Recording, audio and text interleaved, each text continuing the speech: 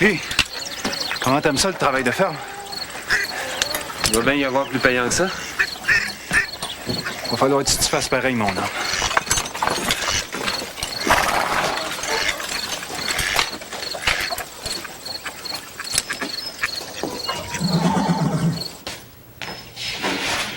Qu'est-ce que c'est? Une tarte aux cerises. J'ai jamais mangé d'aussi bon dessert qu'ici. Yégé? Sais-tu quelle bonne idée il a eue, Yann? Non? Laquelle? Acheter la ferme des Dufault qui est à vendre, puis faire un petit élevage de houssines. J'en avais déjà parlé à ton père, mais tu te souviens comme il était têtu, il n'en voulait pas. Ben, moi non plus. Si c'est l'argent pour commencer, ça me ferait plaisir de t'en prêter. Non, je pense que je me débrouille pas mal comme c'est là, alors j'aimerais ça qu'on arrête de rabâcher les mêmes choses. Du bétail, il y en a assez. C'est pas seulement pour le lait, Yégé. On peut aussi faire du fromage. Exploiter tous les dérivés. Imagine l'argent qu'on peut se faire avec ça. Non, mais c'est toi qui vas venir me dire quoi faire sur ma ferme.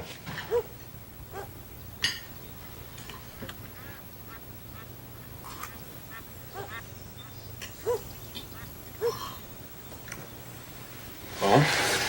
Je pense que je vais aller faire un petit tour au village. Prendre l'air. Passer par la poste. Hey! Achète pas de vache sans m'en parler, hein?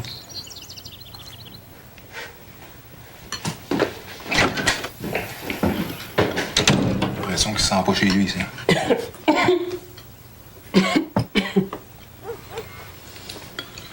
Dire que tu lui laisses pas beaucoup de place. Non, c'est autre chose. Et peut-être une petite amie quelque part. 3-4 fois par semaine, il va au courrier. Voyons donc, petit ami.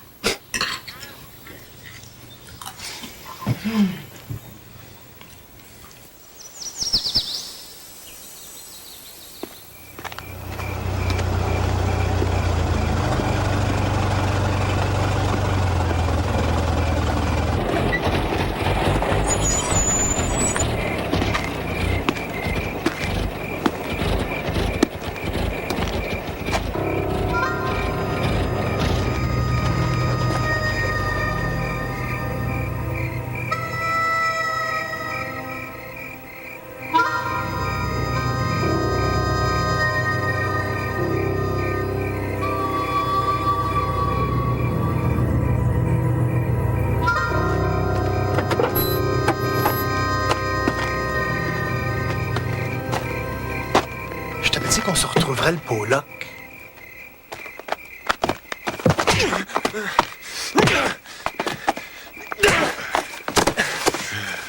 Ah ouais, debout le Pollock. Ah ouais!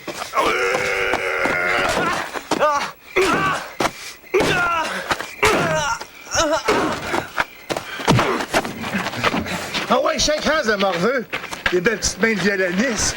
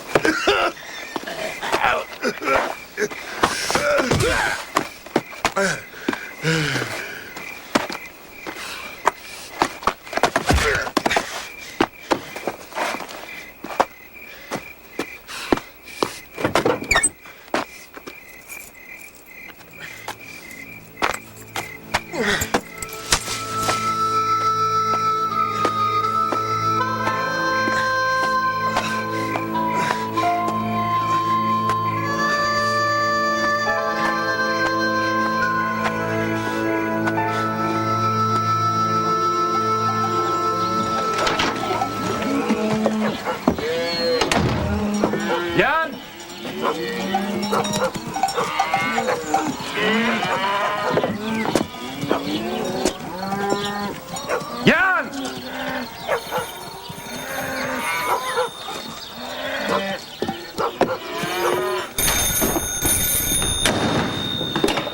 Oui, allô?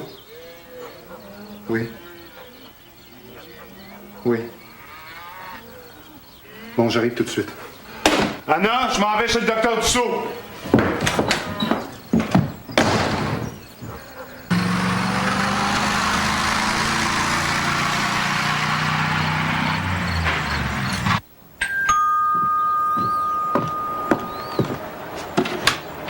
Bonjour, docteur. Bonjour, Yéger. Il est où? Dans mon bureau. Une côte brisée, 4 doigts fêlés à la main gauche, un à la main droite. Bon, écoutez, là, c'est pas un camion qui a fait ça. C'est ce qu'il m'a raconté en arrivant, mais j'en crois rien. Allez, je vous laisse avec lui.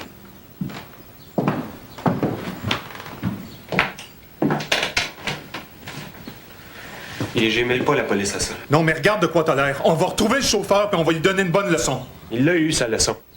Donc, c'est pas un accident? C'est quelqu'un qui me cherchait depuis longtemps. Là, je pense plus qu'il me cherche. Ah ben, parle-moi de ça. Hein, le petit frère qui commence à se dégourdir. Oh, hein? Tiens, ça va te faire du bien de souffrir un peu. Allez, viens, je vais te ramener. Anna va prendre soin de toi. Non, Anna va accoucher dans un mois, là. Non, le docteur m'a offert de rester ici. Elisabeth va s'occuper de moi. C'est comme tu veux. Tu peux te débrouiller là-bas? Oh, je vais essayer. Je te promets pas de nourrir tes vaches, par exemple. Ah oui, en passant. Serais-tu prête à prendre de grosses responsabilités? Comme quoi? Pareil.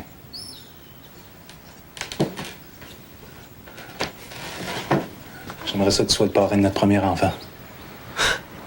Certain.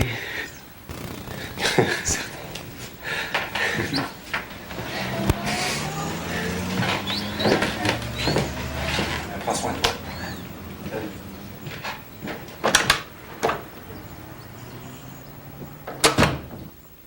Je ne sais pas si c'est trop vous demander de me fournir ces renseignements, mais ils me seraient bien utiles pour orienter mon avenir. Je pense à vous très souvent. Votre Yann. Ouais. C'est drôlement fait, la vie. Nous, on est tout seuls, tous les deux ici, puis eux, ils sont orphelins là-bas. Tu vois bien que Yann meurt d'envie de revenir ici. Il te demande de lui dire combien ça peut coûter d'ouvrir une épicerie à Montréal. Qu'est-ce qu'il lui prend, lui, sait très bien qu'il peut venir travailler ici quand il veut. Et voyons, Romane. C'est une façon détournée de te le dire. C'est quoi? Romane.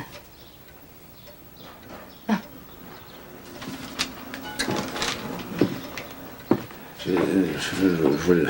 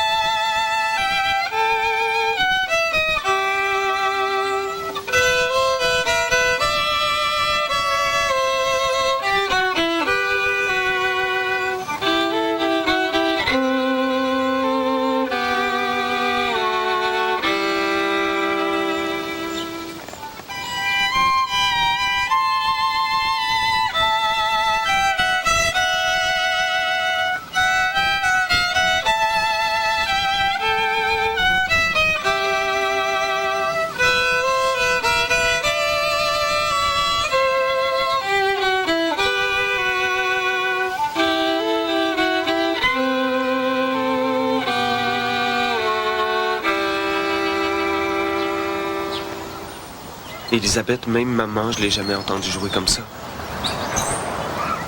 C'est étrange que tu dises ça. Parfois, j'ai l'impression que c'est elle qui joue à travers moi. Moi, je pourrais plus jamais rivaliser avec aucun d'entre vous. Ma grande carrière de violoniste vient de finir. Je te défends de dire ça. Tu peux faire des exercices, tu peux assouplir tes doigts. Non, c'est fini. Je sais. Mais c'est pas grave, Elisabeth. Je suis pas triste, pas du tout. J'ai d'autres ambitions. Yann! Elisabeth! C'était votre frère au téléphone! Anna a eu un beau gros garçon! Ah! Voilà mon remplaçant. Tu y enseigneras le violon.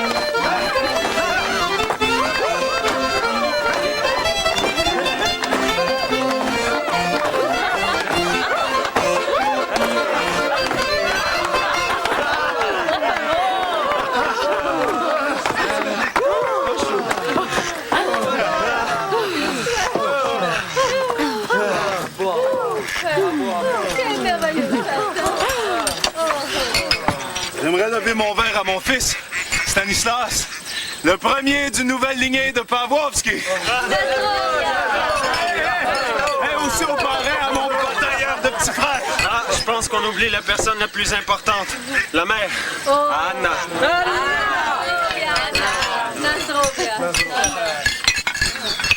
Allez!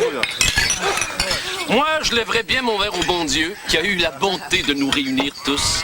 Mais est-ce bien raisonnant? Ouais, inquiétez-vous pas, mon père, on va vous l'amener. Vous avez bu autant que moi. Mais nous, on n'est pas l'année, mon père.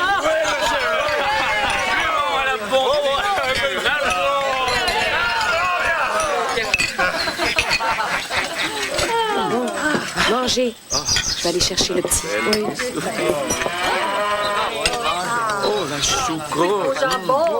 Un peu de jambon pour tout le monde. Oui. Est-ce que tu me passes Ah, il faudrait peut-être passer les plats. On n'a rien ici. Qui en veut? Mon père, un peu de jambon. Oui, s'il vous plaît. Oh, Moi aussi. Un morceau. Parfait, délicieux. Un morceau. Oui, on les pommes de terre aussi. Ça donne soif. Oui, moi j'ai faim. Ah, merci.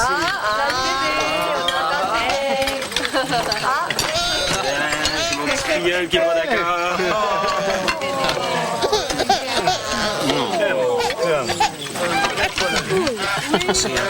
C'est Adam tout craché, tu peux pas savoir.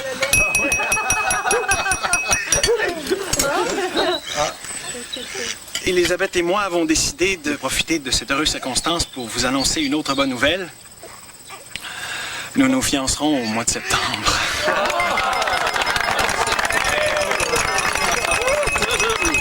Mais j'espère que pour le mariage, vous n'oublierez pas le célébrant officiel des Pavlovski. Oh, non, ça c'est sûr. Félicitations. Merci. Félicitations, ma belle. Yann. Attention, ma soeur.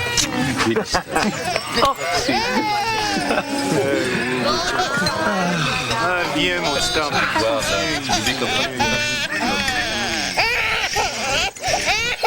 Il y a un peu trop de soleil, je vais aller à l'ombre. Bon, voir ça, son père.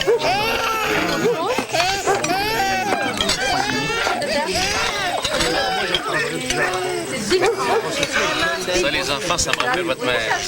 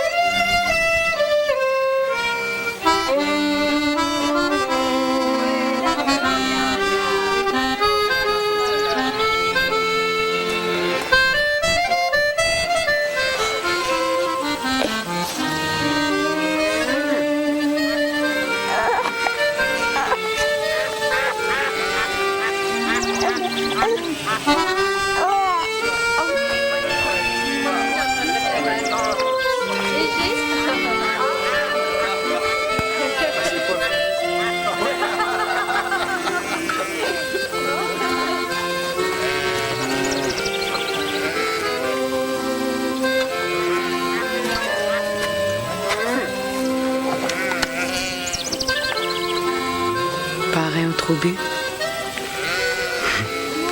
C'est vrai, c'est pas un très bon exemple.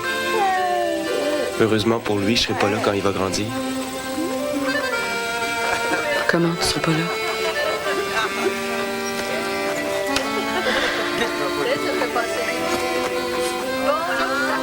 Ma décision est prise. Je vais partir.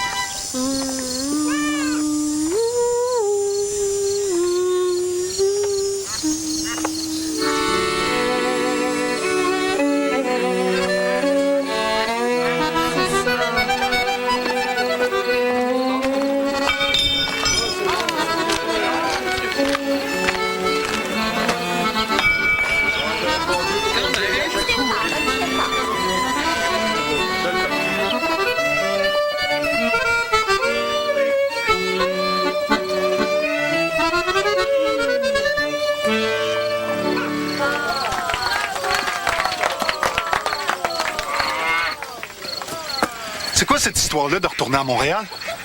J'ai envie d'aller travailler à l'épicerie de Favreau. On s'est écrit souvent, le matin. Yégé, je suis pas un gars de campagne. La seule chose qui me plaît, c'est quand je vais à la ville vendre ou acheter du bétail. Le reste du temps, j'étouffe. Mais je vais revenir. Quand? Aussi souvent que possible. Non, mais tu me prends pour qui? Des congés dans le commerce, il n'y en a pas. Voyons donc, Montréal, c'est à 2 jours de train. Hey, ça a pris 10 ans pour que le destin nous remette ensemble, puis toi, par caprice, tu vas briser ça. Non, c'est moi l'aîné de la famille, c'est moi qui est responsable de toi, tu restes ici. J'ai mon billet. Je prends le transcontinental mercredi soir, que ça te plaise ou pas. Enlève-toi de mon chemin.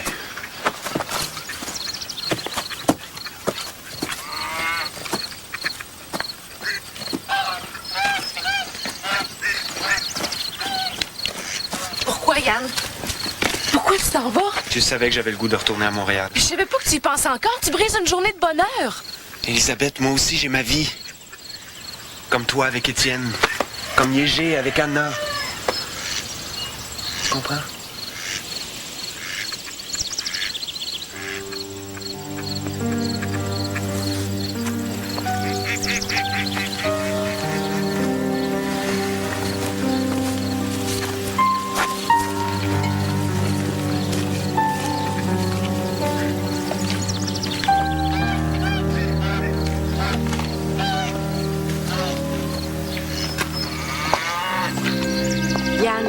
Yann! On veut plus discuter, Anna.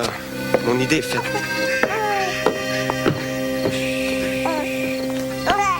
Yégé.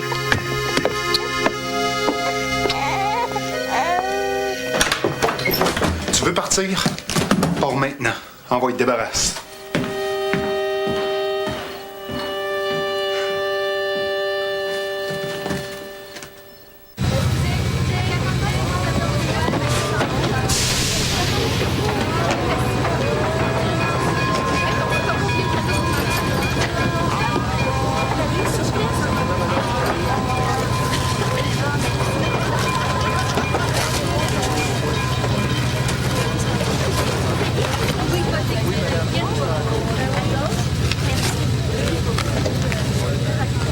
Mon cher Yann, Eva et moi sommes aussi excités à l'idée de ton arrivée que si tu étais notre propre fils revenant de la guerre.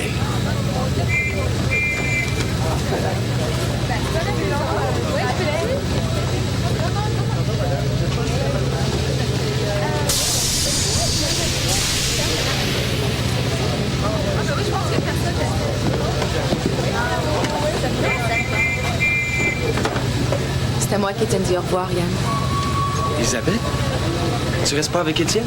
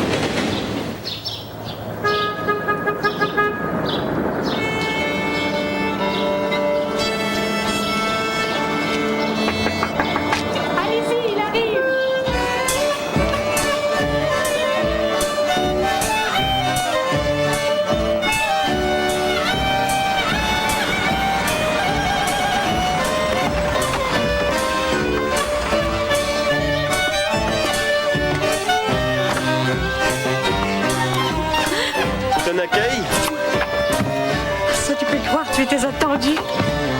Regardez. Elisabeth. Bonjour, Madame Favreau.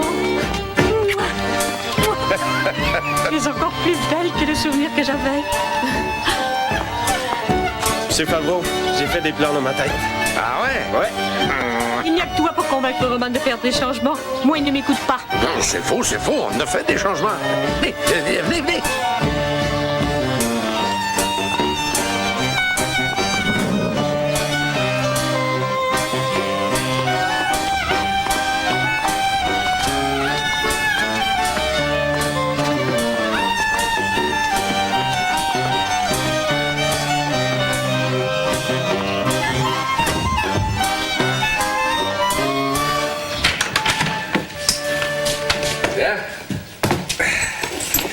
C'est chez vous. Chez nous? Ouais. Roman a fait repeindre le 3e, et il était vide. Allez-y, regardez. Allez-y.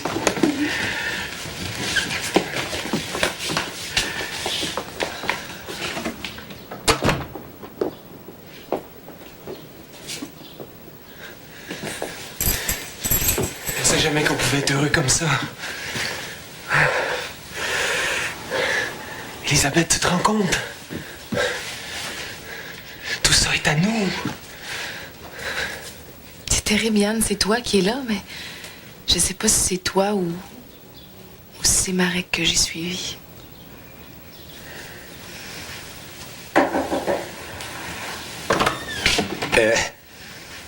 C'est Eva qui fait demander, est-ce que vous allez manger avec nous ce soir? Si vous nous invitez, c'est certain.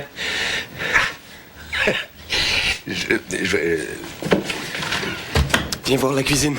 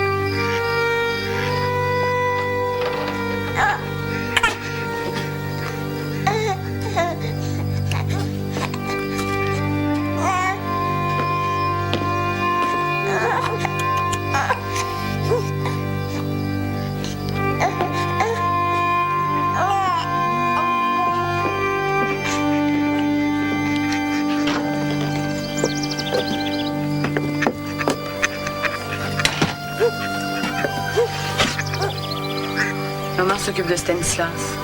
On va aller prendre une marche.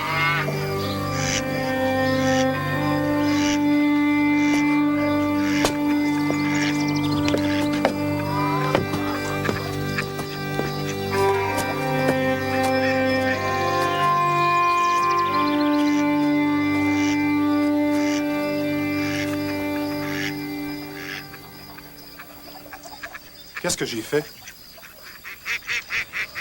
Qu'est-ce que j'ai fait pour qu'ils partent? Yann a ses raisons, tu le sais. Voyons donc, briser une famille pour aller vendre des légumes à l'épicerie d'un étranger, t'appelles ça une raison, toi? Moi, quand je suis parti de Cracovie en 39, j'avais une vraie raison. Laquelle? Laquelle? La guerre! Mais toi, de toute façon, ça te dit rien, la guerre, hein? Parce que quand nous, on était de l'autre côté à se battre pour défendre notre pays, vous vous étiez assis confortablement sur votre cul à vous dire « Oh mon Dieu, que c'est donc triste pour la Pologne! »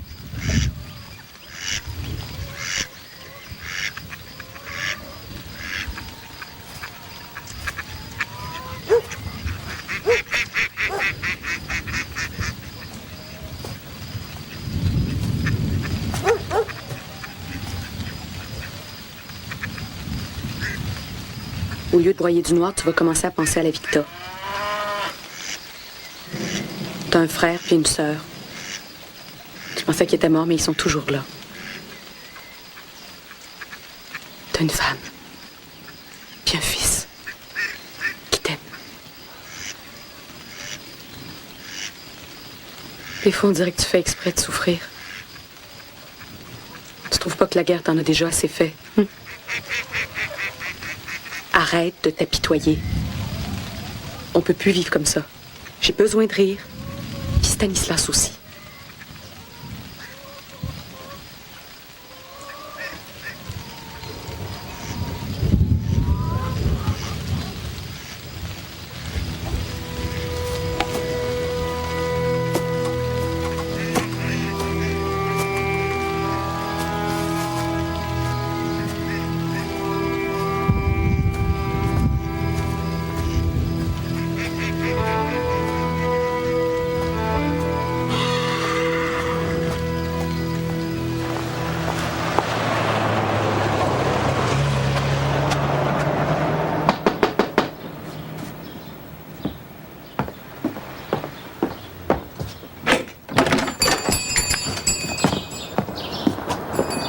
Finalement, ça te va bien, le moustache. C'est beau. Ça fait 10 ans que les murs n'ont pas vu de peinture. C'est toi qui as convaincu M. Favreau? C'est une surprise pour le retour du week-end. Attends, pour les portes, le cadre des vitrines, j'ai choisi vert foncé. Ça va être joli. Tu vas pas finir ça ce soir? Oui, pourquoi? Yann, on devait aller écouter le Quatuor à cordes sur la montagne. Ah, le quatuor, c'est vrai. Je finis ça, je vais m'habiller.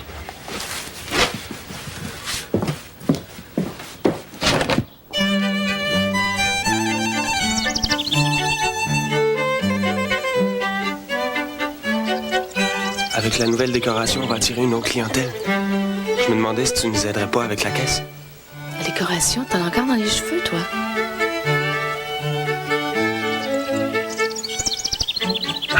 Tu me tires les cheveux. Pardon?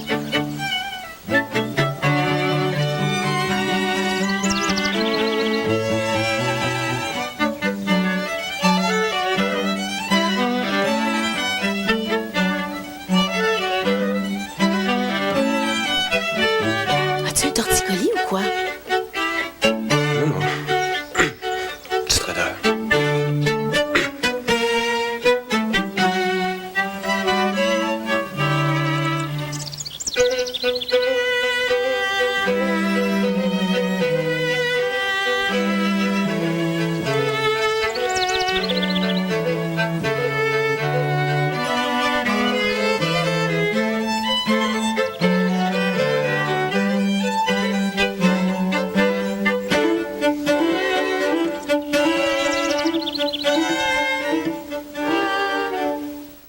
Ensuite de ça, une idée de se cacher, oui.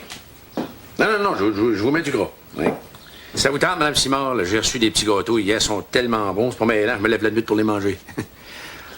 Non, comme vous voulez. Ensuite de ça, c'est tout. Merci, Mme Simard.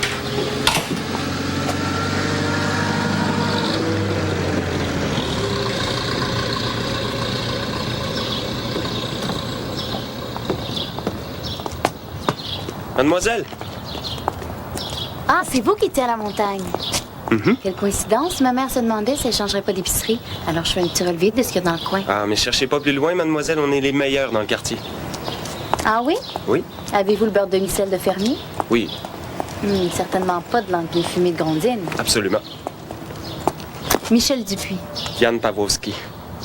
Je vous fais visiter le quartier, mademoiselle? Oui. Non, pas ici, pas ici. Alors, si je comprends bien, il y a longtemps que vous travaillez ici?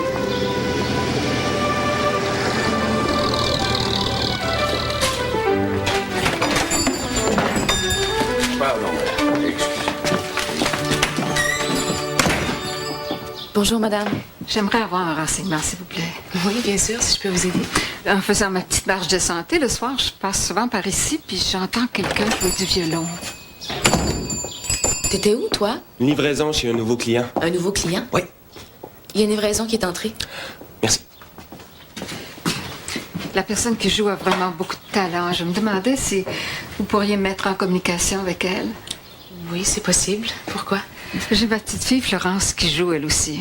Un grand talent, je crois. Mais elle a besoin d'un bon professeur. Celui qu'elle a lui redemande toujours les mêmes exercices. Alors, vous comprenez qu'il est en train de l'ennuyer complètement. Ma sœur est un excellent professeur, madame. C'est votre sœur qui joue du violon si bien? Oui. Voulez-vous lui parler de moi? Vous l'avez devant vous, madame. C'est vous? Mais où avez-vous appris? À Cracovie. C'est une école ou... Non, c'est une ville. Notre mère était la plus grande musicienne de Pologne. Elle nous a tout appris. Alors, vous pourriez enseigner à Florence?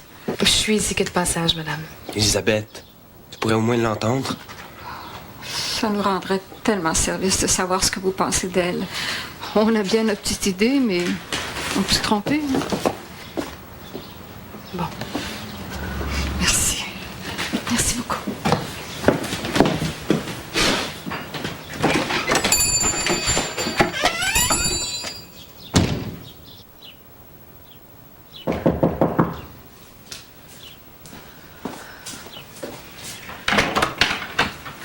Bonjour. Toi, tu dois être Florence? Florence, c'est Elisabeth. Vous avez l'air d'une violoniste, mademoiselle. Tu peux m'appeler Elisabeth. Et puis, ça a l'air de quoi, une violoniste? Ça a les doigts propres, les ongles bien coupés. Et ça tient sa tête un peu penchée, comme ça. Des têtes croches? Tu veux montrer ton violon? C'était celui de grand-maman quand elle était petite.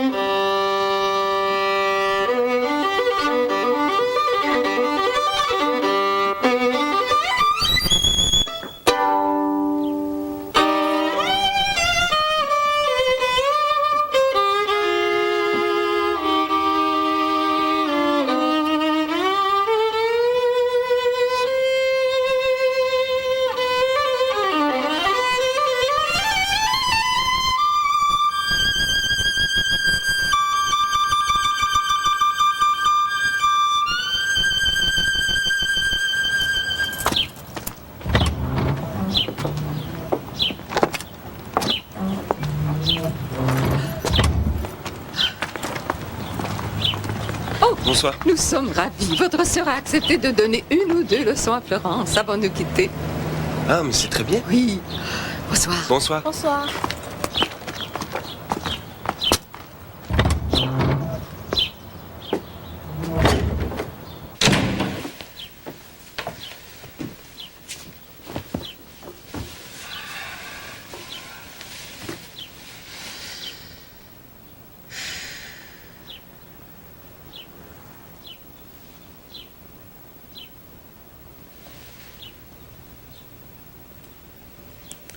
Là, du talent?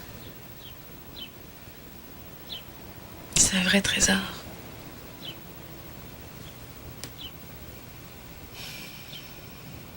Maman aurait tout donné pour une élève comme celle-là.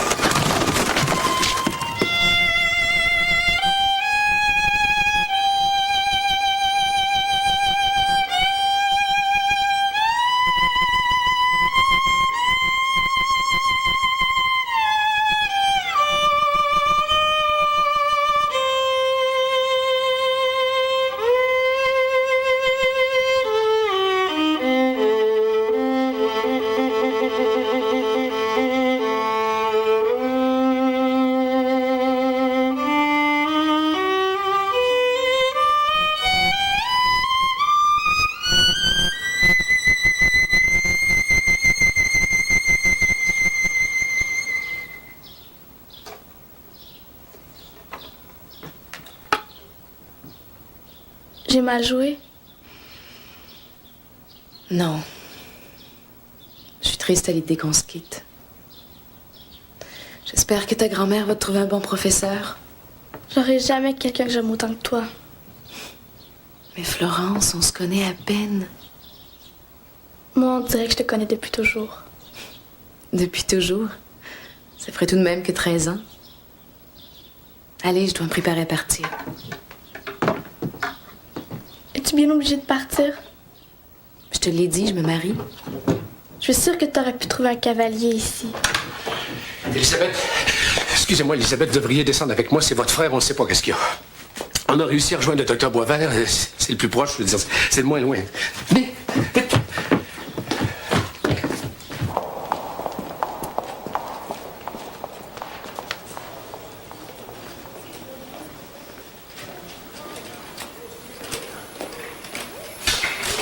Pensez-vous que le médecin a oublié qu'on est encore ici? Elisabeth, ça va bien aller. Arrêtez de vous inquiéter. On a eu de la chance. Le docteur Boisvert est jeune, mais c'est un excellent médecin. Appendicite aiguë. Mais on est arrivé à temps. Il n'y aura pas de dommages. Est-ce qu'on peut le voir? Vous voulez un conseil? Maintenant qu'on sait qu'il n'y a plus aucun danger, allez donc dormir, mesdames. Vous reviendrez demain, quand il sera sorti de ses vapeurs? Il va rester combien de temps à l'hôpital? Une bonne semaine. Si vous voulez m'excuser, il y a un de mes petits bébés qui a décidé de venir au monde cette nuit.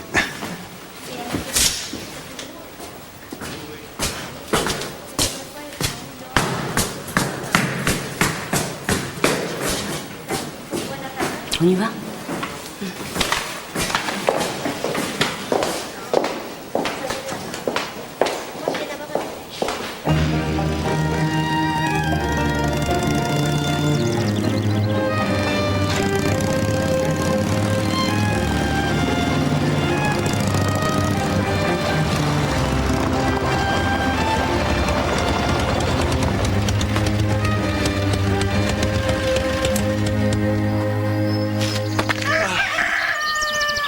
Alors, quel bon vent t'amène?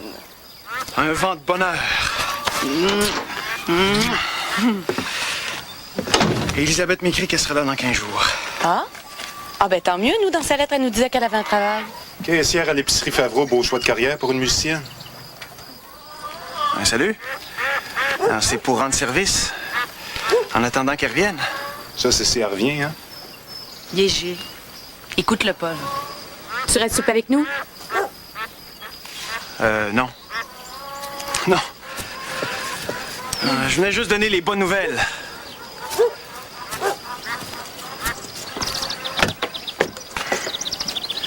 Encore un petit 15 jours? Hein?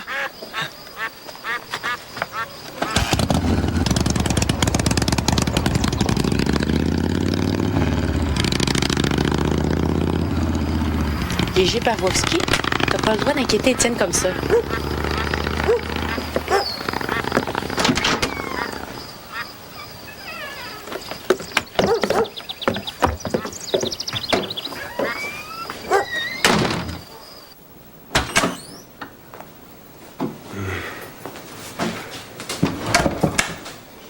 De la part des Favreau.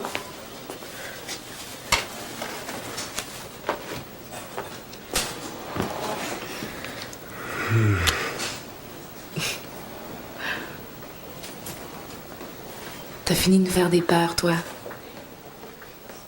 Comment ça va à l'épicerie? Ça va très bien. T'en fais pas, on peut très bien se passer de toi. De toute façon, je vais les aider. Les aider? Tu retournes pas là-bas? Qui va s'occuper de toi pendant ta convalescence? J'ai parlé au docteur Boisvert, 1 semaine d'hôpital et 1 mois de repos. Moi, je repars pas tant que t'es pas sur pied. Merci. J'ai reçu un coup de fil ce matin à l'épicerie. Quelqu'un qui était catastrophé d'apprendre que t'étais à l'hôpital. Qui ça? Qui donc?